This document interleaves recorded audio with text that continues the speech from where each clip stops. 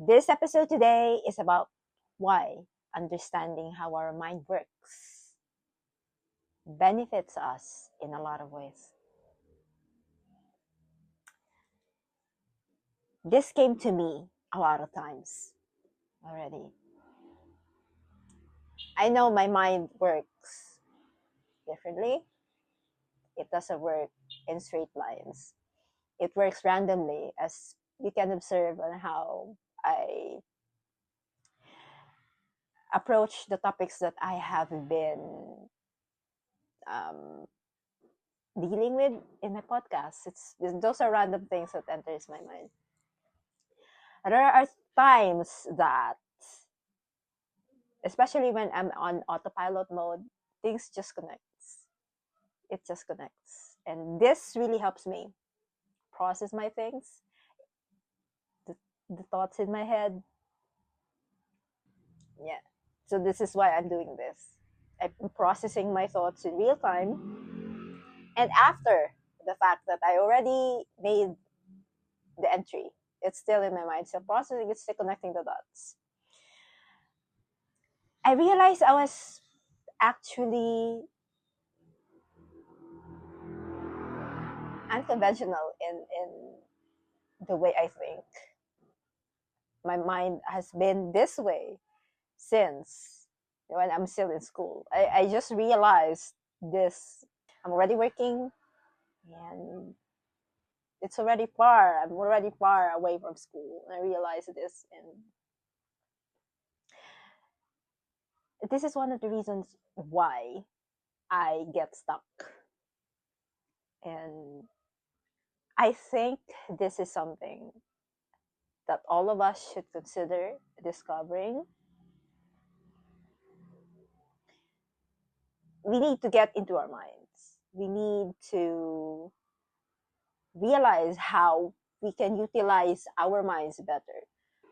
And how it works, it's also unique in each and every one of us. And I think it will be beneficial in a lot of ways. If we just take time and think about how our minds work, how we think.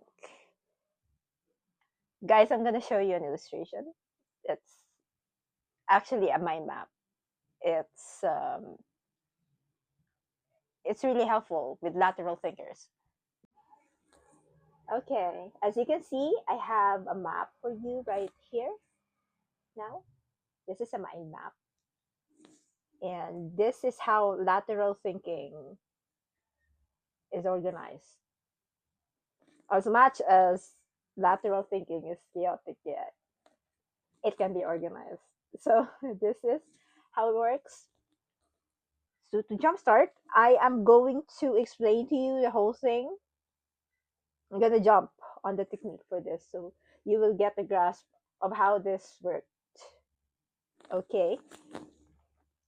So I this is a mind map.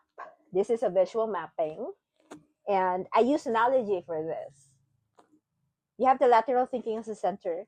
This whole thing is, imagine this is a galaxy. So lateral thinking is the sun in here.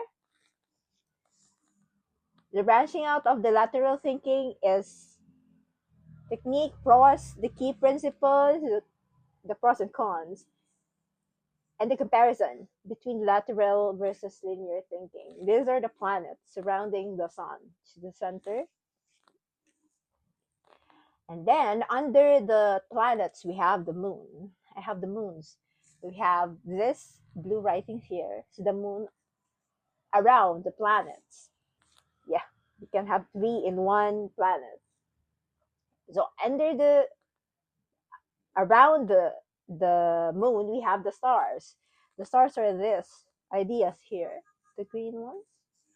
And under the stars, we have, like, we can break down things more. If you wanted to go deeper, you can go deeper. So we have I broke down the stars. I'm into the material composition of the stars already on this. You have the stars, these are the dust basically of the stars. so on and so forth. You can go more deeper. But for the illustration itself, this is how I did my analogy on the mind map. I did here right now. Okay, let's start with how our planet comparison works. So we have the lateral versus linear thinking. This is for you to grasp the difference and to understand more how lateral thinking works. So I have the stars here. It's illustrated. I have the dots and the lines. I also have the sequential illustration here. So numbers. The lateral thinking basically happens. It's random. These are seemingly unrelated stops that. Okay, I was cut off. There was a call. Where was I? All right. So we're on the lateral versus the linear. I explained to you that the seemingly unrelated things goes related. That's how lateral thinking works. So linear is step by step. It's sequential. Basically, it's a straight line. We're gonna go with the key principles now, as you have understood how lateral and linear thinking works differently. The reason this feels alternative and uncommon this is under the key principles already. So we have the generating alternative ideas. It's spontaneous. It's the idea hopping, connecting to the unrelatedness of the ideas. That explains lateral thinking as the perspective shifts. Tell me, if you still remember how your elementary, your grade school, and your middle school, your high school worked, if you can remember how your teachers taught you things. For me personally, I think they have gone through ideas linearly. It's step by step. It's by the book. They teach it by the book. So this is why it feels uncommon. It feels new. Also, under the key principles of lateral thinking, we have the challenging assumptions. It's it's why. It's always why people do this. Why? It's exploratory. It's pattern recognition and disruption. It's detours because things are unrelated, right? And so why? So lateral thinking is why.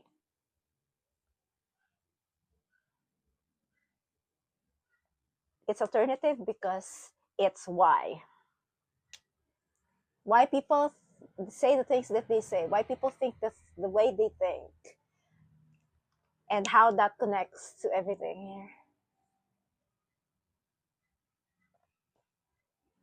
Yeah, if you have watched my previous episode regarding me being, my tendency to ask my elders, my parents, and why, everything is why. It's why they do such things, why they do particular things in such a way, why do they follow these beliefs and stuff like that. So it comes here. I'm actually I'm re-recording. I already have the lines here. I'm re-recording right now because the previous one is it wasn't recorded. So okay, bear with me, guys. So why? It's generating alternatives. It all comes back to why. Because if you're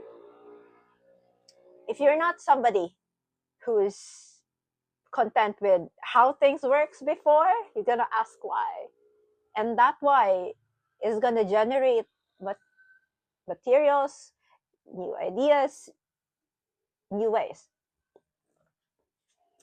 So that's gonna be unrelated, and that's just eventually it's gonna connect the dots. So challenging assumptions and generating alternatives as my moons for my key principle. Let's go to the cons of thinking laterally. So as everything else, they have pros and cons. Lateral thinking has cons. The more basic is it is going to take time, and time is pressure. Also comes in resistance with the cons, and it can create bias towards past investments. So this is where some cost fallacy comes in. Also, the idea hopping hazard. Idea hopping is a positive thing as well. It's how unrelated things goes related. But there is a hazard in this kind of thinking. Especially if it's impulsive, right? If it all comes down to doing more critical work in this. You have to back things up. You have to back those ideas up. But it doesn't change the fact that it can be hazards. So that's the cons of this kinds of thinking. And we proceed with the pros. So what's good with lateral thinking? There's a lot. There's a lot. So I'm not being biased, okay? Because this is how my mind literally works. It has a lot. Well, okay, I can speak personally. And it's adaptive. And if you have, okay, it's adaptive mindset, stoicism, preditatio malorum. If you have, if you have listened to one of my previous entries, I have discussed about preditatio malorum, and I have these random thoughts in my mind, and I just wrote it down. I'm gonna make sense of it all later. As I have mentioned, I have made this mind map just tonight. I'm gonna stare at this later, well, the whole night, uh, until I fall asleep, and just try to connect these dots. Right now, I'm just showing to you how a mind map works and how a lateral thinking is explained in a lateral thinking sense right now. So, yeah, the pros, there's a lot of pros. It's innovation, it's problem solving. Basically, lateral thinking is used by creatives, mostly by creative people with unconventional kind of thinking. So innovation is here because it's unexpected, and usually the inventions that we most of the inventions that we are enjoying and we have been using now is made unexpectedly. I think the world is too big. I think the world is too big for us to understand it at this lifetime. But I think it's beneficial for us to understand how our mind works and how we think, why we think, and what we think. It will make it bearable. And this generation now of information flooding everywhere, it's overwhelming. And if you don't know how your mind works, it's gonna be more overwhelming. And I think I'm gonna do research about it. I'm having this connection in my mind about being overwhelmed because you don't know how your mind works and how you process things with depression. I'm gonna try to make sense of that. I'm not I'm not gonna say it's connected because I haven't done research on it, and I still have to verify it. I'm just connecting it, and it's very interesting. It's I'm processing it real time right now, and I'm speaking out loud to you right now. From all of this, from all the things that I've said in my entries, I'm still figuring all these things out. It's an ongoing process. It's The world changes, it evolves, and there's I don't think there's something definite in this lifetime of ours. But discovering all these things, I don't think I can ignore them anymore. Once you understand how your mind works, there's no going back. And seeing it in a positive lens, of course, there are cons. Seeing it in a positive lens, it's beneficial in a lot of ways. And all I can wish is for you to be able to get in your mind as well and be able to understand them yourself.